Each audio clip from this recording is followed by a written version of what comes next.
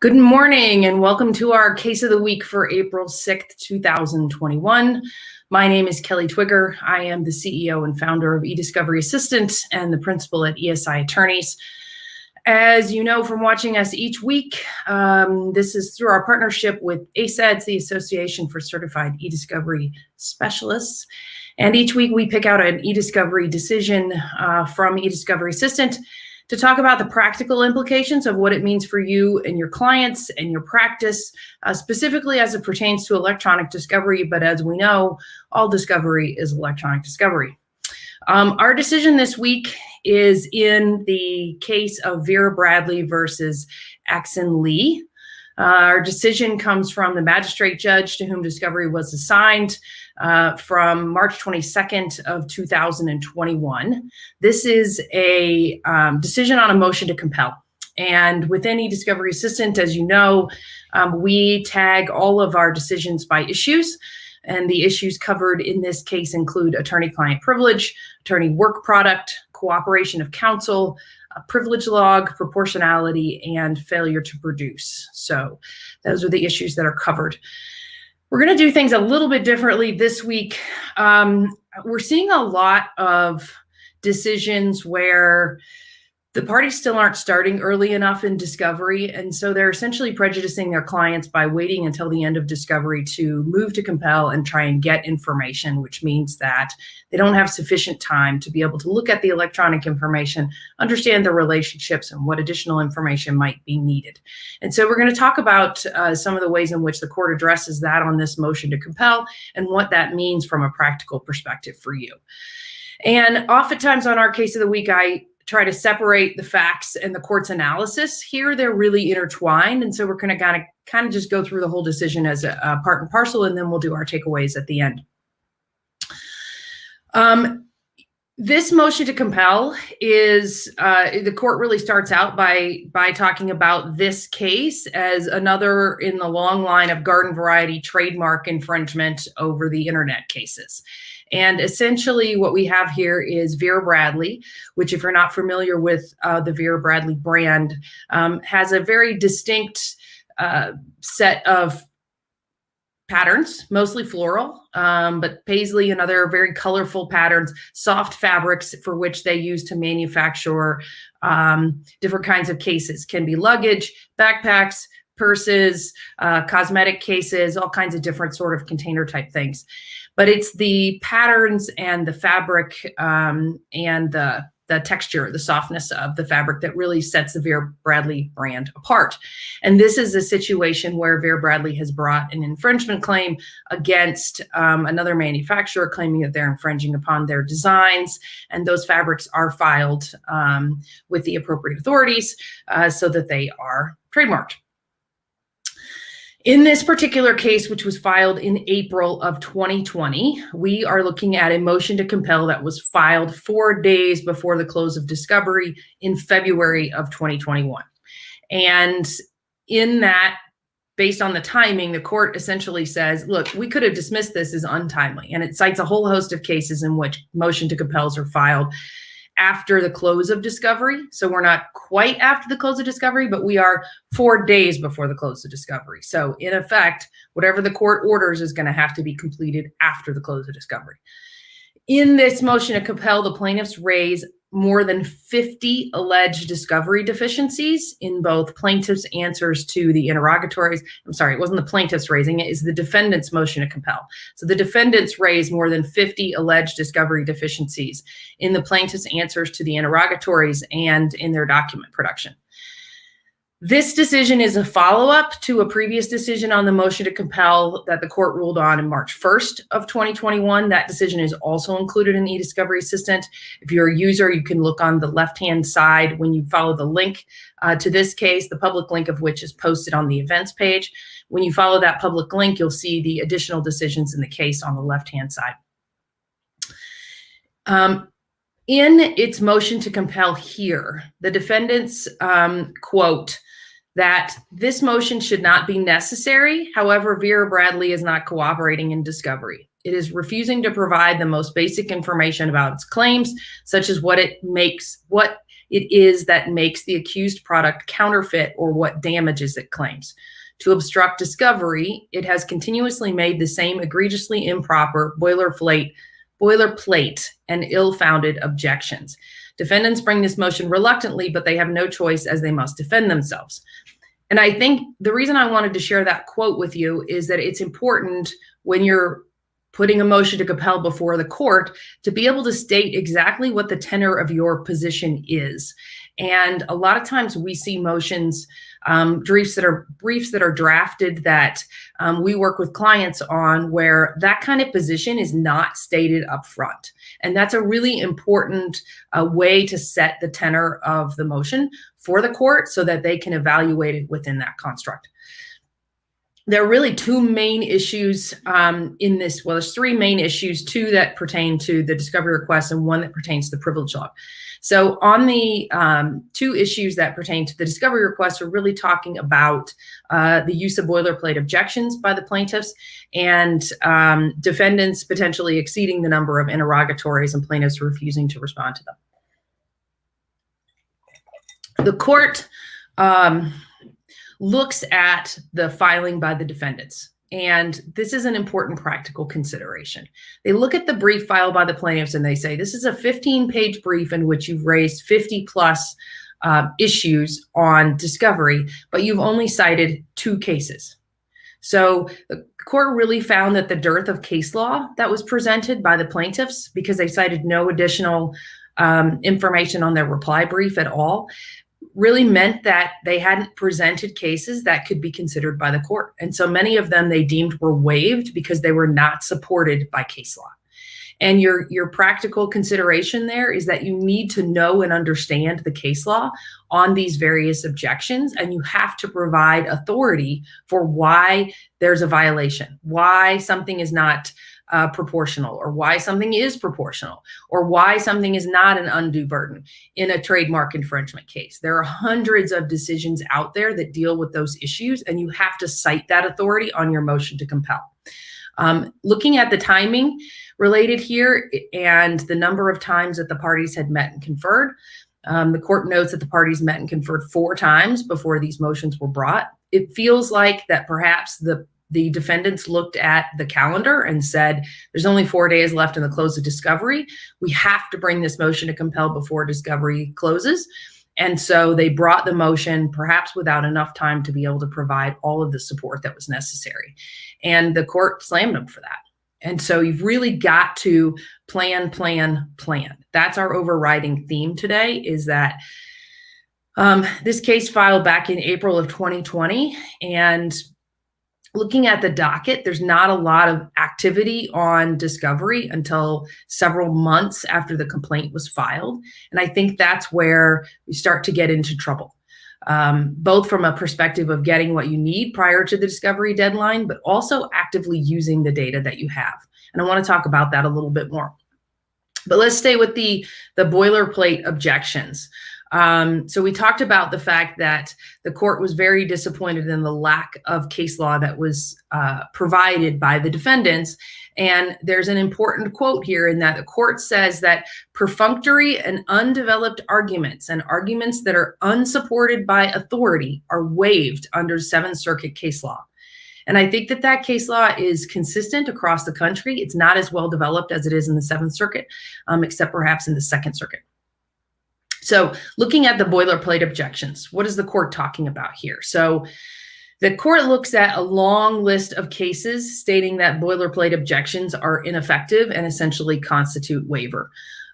And they state specifically that it's insufficient to state first that just a request is overbroad or unduly burdensome without saying why.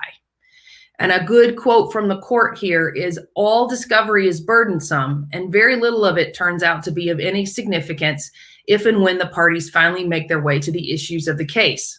But just because boilerplate objections have a long history does not mean that the continued warnings and holdings of the courts should be ignored. And that's a really important point here. And that's one of the big takeaways from this case is if you're going to use objections in your responses, they have to be substantiated. They have to be based on facts that are crucial to that specific objection and how it interplays with your client and the ability to provide information. That's a practical consideration. And that means that you've got to take up the process of understanding what discovery your client has and any potential burdensome issues, proportionality considerations, timing issues. You need to understand those before you are responding to the request for production. Typically, we all do this. Everybody looks at and tries to get responses to the request of production done before the 30 days, but oftentimes does not understand what data or information the client actually has to be produced prior to serving those responses. That is a mistake. And it is a further mistake to file responses, one, without proper objections, two, using boilerplate objections. You've got to have a substantial basis for providing objections to individual requests for production to interrogatories. So getting back to what we're talking about in this particular case, one example that the court cites, and again, there were 50 some things that the court didn't address each one in the decision, but simply pulled out some examples of each. And in particular, the first interrogatory that was addressed to the plaintiffs asked for each person or entity that has knowledge of any facts upon which you rely on asserting your claims, identify the person and state such facts. And that's a standard interrogatory. I mean, we all see that over and over and over again. Typically, though, in federal court, that interrogatory is responded to by initial disclosures, right? Rule 26A1 requires us to provide each individual person that has a basis for these facts. Now, keep in mind that this interrogatory is directed to the plaintiff, Vera Bradley, who brought this claim for trademark infringement against the defendant. The defendant has now served them an interrogatory asking for the people who have information about the infringement. And Vera Bradley's response says, with no response, that Vera Bradley specifically objects to this request as overbroad and unduly burdensome because it requires them to identify each and every fact that supports, undermines, and/or relates to each allegation in the complaint. It's not proportional to the needs of the case, and it is premature and compound because discovery is ongoing and because the request contains multiple subparts which should be counted as separate interrogatories. They further object to the extent it seeks production of information under the attorney-client privilege or attorney work product. So essentially, we've thrown every objection into the mix for this particular interrogatory, which really just asks for the people and the facts that underlie the basis of the complaint, which was brought by Vera Bradley. So the court breaks down each objection to that interrogatory and really takes them in broader brush as a look at all of Vera Bradley's responses that the defendants are objecting to, but specifically in context of this particular one. They refer to this response as a very typical discovery response that all lawyers engage in and that lawyers and courts have become numb to. And I think that's a really accurate reading of exactly what we all do. I know that a lot of times when I'm reading through discovery responses, I'll skip pages and pages of boilerplate objections and simply go to exactly what the specific objections say because we're numb to it. It's what we're used to seeing. What the court does, though, is question how burdensome it really is for Vera Bradley to have identified those who have knowledge about facts for the complaint for which the plaintiff filed. And it acknowledges that the refusal of Vera Bradley to do that is a violation of 26A1 because those are required on initial disclosures. So, in fact, that the overly burdensome objection completely thrown out. The court then looks at whether or not the objection about the request being premature because discovery is ongoing is valid. And in this particular instance, I'd like to address it on a broader scale, but in this particular instance, the court says this objection was made 3 days before the close of discovery. So I believe that this was a supplemental filing to the motion to compel, because the motion to compel, the court says, was made 4 days before the close of discovery. This response was filed 3 days before the close of discovery, so ostensibly after Vera Bradley would have received the motion to compel from the defendants. And when the court says, how much more discovery is going to be ongoing given that you have 3 days left? How is this a valid objection? So it throws that one out. But I think that on a larger scale, this discovery is ongoing objection is problematic because, of course, discovery is ongoing.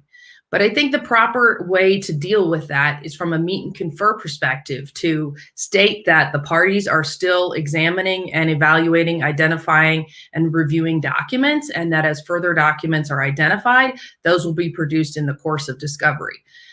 There are ways to address that without providing a blanket objection that doesn't really have any valid basis. So I understand the premise, but the way in which the parties deal with it with this blanket objection is not going to be suitable to the courts. You're not going to win on a motion to compel with a blanket objection that discovery is premature.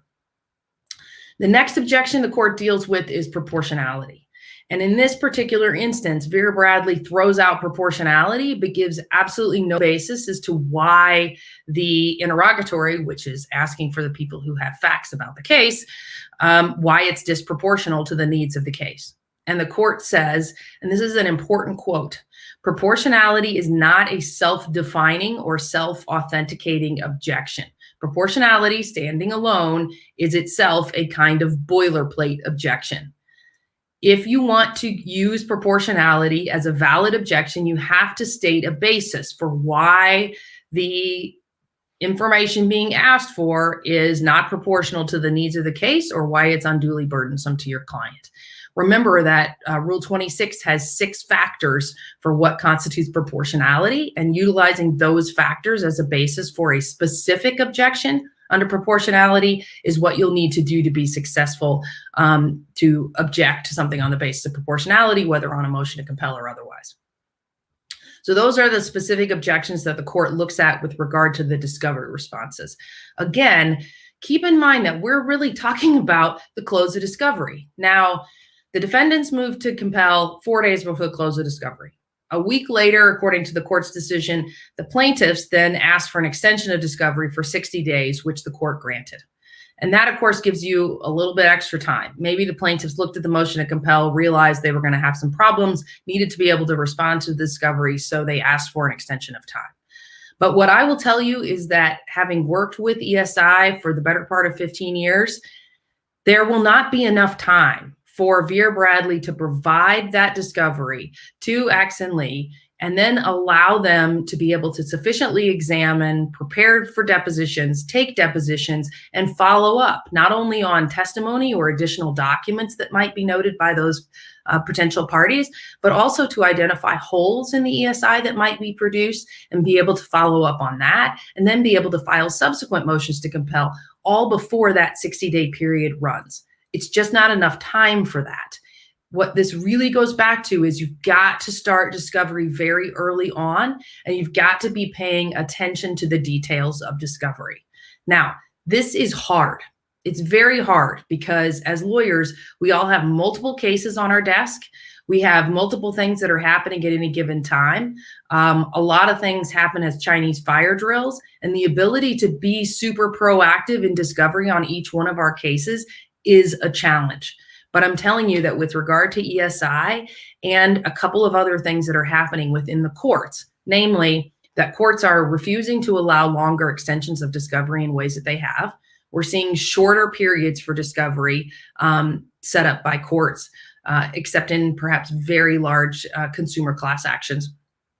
And we're also seeing that the courts are coming down hard on parties not cooperating in discovery. You've got to get on this stuff early. You've got to figure out if your opposing counsel is not going to cooperate. You've got to go to the court. You've got to get motions to compel. You've got to get orders from the court on those motions to compel. And you've got to move these things forward in order to best represent your client. Okay, moving now to the privilege log issues raised by the court. And this is a little bit more of a practical kind of thought process, which is the reason why I wanted to address this case. We've talked about a number of issues on the case of the week relating to privilege logs, what need to be included on privilege logs. And here, One of the things that I think is important the court notes is that the parties didn't meet and confer on the privilege log issues before those were put into the motion to compel. Parties did meet and confer 4 times on other discovery issues that the court was considering, but not on the privilege log issues. And I think if they had, that some of these issues would have been ferreted out a little bit among the parties, and they wouldn't have been quite as messy for the court to resolve. So in effect, the defendants argue that the plaintiffs labeled a number of documents as privileged when in fact there was no attorney listed as to or from, and then there were other documents where there were no parties listed, there was nobody listed on the to or from, or there was not a sufficient basis listed to be able to determine privilege. The court looked at a few of those entries and found that the privilege log applies not only to attorney-client privilege, but also to attorney work product information. So from a practical perspective, and obviously I can't see the log that was provided by the parties here, if the basis for privilege is included as part of a log, that might have precluded some of the issues here. You also need to make sure that you're including all of the fields in the log so that the parties can do a sufficient analysis of that. And then when there are questions raised by the log, there should be a sufficient a standalone meet and confer to discuss the log so that issues can be addressed and parties can provide further information about specific documents that are at issue or questionable.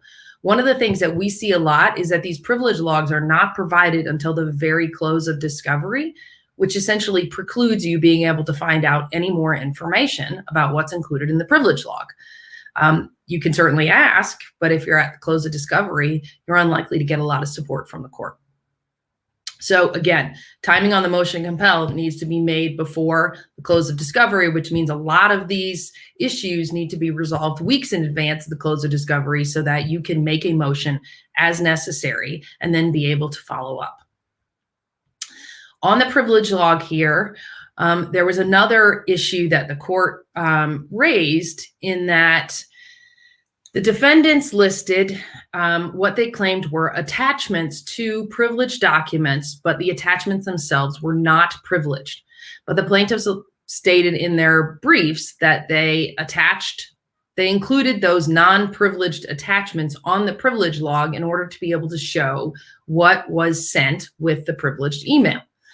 The court found that that really raised a question as to whether or not the plaintiffs waited to look at those non-privileged attachments until when they were putting together their privilege log, and that as a result, it really cast a big shadow over the whole privilege log issue. And the court asked, as a quote, "How can one believe that the documents they continue to withhold are being withheld based on valid claims of privilege or work product?" And so what you have to think about from a practical perspective is if you do that, if you wait to determine whether attachments that are sent to or from counsel are privileged and produce them with your privilege log, you're really undermining the consideration of what you've included on your privilege log. So those decisions need to be made earlier on in discovery. Those decisions need to be made when you're creating the fields for your review that are going to go into your privilege log. And you need to determine whether attachments are going to be considered privileged or not privileged. They need to be marked accordingly and then produced accordingly. The court here really wanted to lean towards having the plaintiffs have waived all of the documents that were included on their privilege log. I mean, the court specifically states that the plaintiff ought to have been found to have waived the privilege on all documents on their log, but they didn't point to a long string of cases in the Seventh Circuit that were hesitant to find such sweeping waivers, and as such, essentially ordered the plaintiffs to produce all of the documents that were listed on the log with no author or recipient, and any documents that were described as notes protected by the work product doctrine that were not authored by an attorney or described as provided to counsel in anticipation of litigation. So in effect, the plaintiffs were required to produce documents that were otherwise listed on their privilege log. We won't be able to know from purposes of this decision what kind of impact that has on the case, but it is pretty much an attorney's worst nightmare to have to produce information that it otherwise would have included on a privilege log. So planning for and preparing your privilege log at the outset of the case, knowing and understanding what the privilege issues are, and coding fields and having your reviewers understand how privilege is being assigned and what needs to be coded for privilege in order to make those decisions upon production is very key. Okay, so that's really the basis of the court's decision. What are our takeaways? We've talked about some of them. Really, I can't impress this upon you enough. Start early. Start your discovery early. Meet with your client early about the information they have, about what is likely to be requested. And take those discovery requests as soon as you get them and start comparing them to what you've already learned about your clients. You should already be conducting custodian interviews, understanding the sources of ESI, collecting data prior to receiving written discovery responses. Next takeaway, make sure that you are going to the court as soon as you know you're not getting what is needed. If you can't get a meet and confer on the books because the other side won't meet and confer with you, you give them a drop dead date and you tell them that you will go to the court and advise them that you cannot get the other side to meet and confer with you. It should not take longer than a week to 2 weeks to get a meet and confer. And you should provide in advance of the meet and confer exactly what the issues are that you want to discuss with the other side so they can be prepared. Why do you want to do that? You want to do that so that when you go to the court on a motion to compel, you can say exactly what you've done to get the other side to cooperate. The goal is to get an order from the court so that they can give you here's an order to compel production of certain information or to have responses. And when the other side doesn't meet that, you have a basis for moving for sanctions under Rule 37. Waiting until the last minute to move to compel, sitting on meet and confers, letting the other side drive the timeline is only going to prejudice your client when it comes to information. We've talked about this on multiple case of the week sessions, but you need time with the data. You need to not only understand the technical issues associated with the data, you need to make sure you get the right format of information, but then you need to start looking at the data. You need to understand the metadata. You need to understand the relationships of the people who are providing the data. You need to really understand what the scope of information is here on which Vera Bradley made a complaint for trademark infringement. As best I can tell from reading this decision, as of the close of discovery, the plaintiffs still did, or the defendants, I'm sorry, still did not have the information about what plaintiff's true basis was for bringing this complaint. That does not seem like a great use of the defendant's money. Boilerplate objections are dangerous. Next takeaway. Make sure you're reviewing the case law. I know that we've got a blog post out there on boilerplate objections. We'll put that out for you some more on social media. You can also visit our blog at eDiscoveryAssistant.com/blog and put in boilerplate in the search box to be able to get to that post. You've got to review that case law and understand that just using boilerplate objections will subject you to waiver on those objections, and then you won't be able to have any basis for objections to a request at all. You need to make specific objections to each request and have a legitimate basis for that specific request. Looking back at the interrogatory, asking for all the facts and the witnesses to be identified by Vera Bradley, there didn't appear to be a lot of a basis for objection there. It did sound like later in the decision that Vera Bradley had in fact provided some information on that request.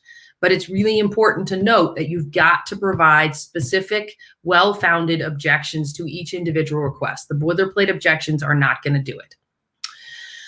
Timing is going to be key. You've got to know what you have in discovery before you're filing those responses, which means you have to start early. Again, avoid writing out written responses and objections to discovery requests without truly knowing what your client's position is on each individual request. Next takeaway. If you're going to file a motion to compel, you need to make sure you have specific case law to support each one of your positions. A blanket statement of undue burden, proportionality, anything is it's going to be a waiver under federal law. That's what the court's saying here, and gives a long line of Seventh Circuit precedent to be able to support that. Next takeaway. The privilege log is very key. We know this. We want to protect our clients' privileged information.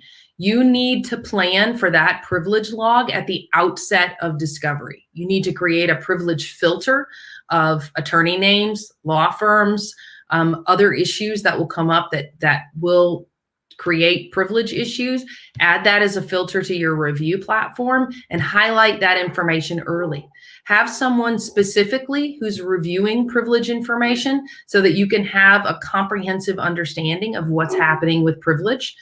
And make sure that your coding panel for review also includes fields for your privilege log so that you're making sure you're not only providing the to, from, the standard fields of metadata, but you're also providing the basis for privilege and any notes or questions that need to be considered on a final review of including that document on the privilege log.